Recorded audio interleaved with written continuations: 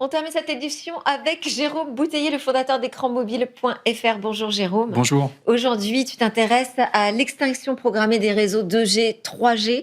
Un arrêt qui pourrait entraîner quand même pas mal de dysfonctionnements de ce qu'on entend. Mais on va peut-être rappeler ce que c'est déjà la 2G. Et oui, la 2G, c'est une technologie que les moins de 20 ans ne peuvent pas connaître. Deuxième génération de téléphonie mobile, elle a succédé à une première génération dans les années 80, analogique, gourmande en électricité, très chère, elle n'a pas connu le succès. Mais par contre, c'est cette 2G qui était la première génération numérique qui a permis d'avoir des téléphones très compacts, pas chers, et qui s'est vraiment démocratisé en France et partout dans le monde. C'est également cette 2G qui a permis de démocratiser l'Internet mobile avec le WAP, le GPRS et le Edge, c'est ce petit E qu'on retrouve encore sur son téléphone portable dans les zones où il n'y a ni couverture 3G, ni couverture 4G, ni couverture 5G. En général, c'est quand on fait une grimace, ça, le petit E. Et donc, cette 2G va s'éteindre. Oui, parce qu'elle est de moins en moins utilisée. Les opérateurs pointent aussi des problèmes de sécurité. Et puis, en fait, ils ont besoin du spectre radio de cette 2G pour pouvoir déployer de nouveaux réseaux, comme la 5G. Et en France, les grands opérateurs ont prévu donc l'extinction de cette 2G dès l'année prochaine, en 2026. Et ça pourrait se faire en 2029 pour la 3G. Et ça va démarrer, en fait, très prochainement, au printemps prochain, puisque Orange, par exemple, prévoit l'extinction de ses antennes 2G dès le mois de mars. Dans le sud-ouest de la France, du côté de Biarritz.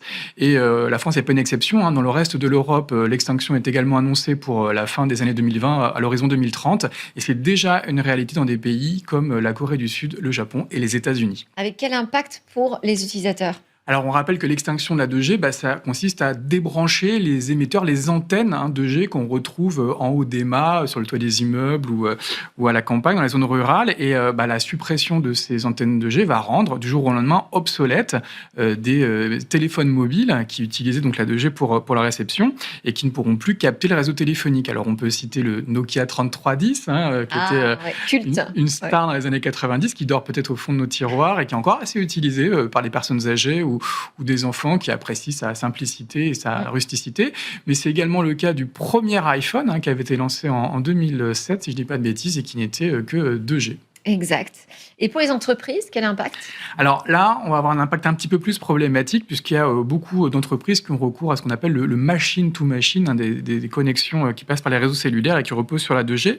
Alors concrètement, ça peut être des terminaux de paiement pour les cartes bancaires, ça peut être des distributeurs automatiques, des alarmes, des dispositifs d'alerte dans sa voiture, dans son ascenseur, dans son domicile.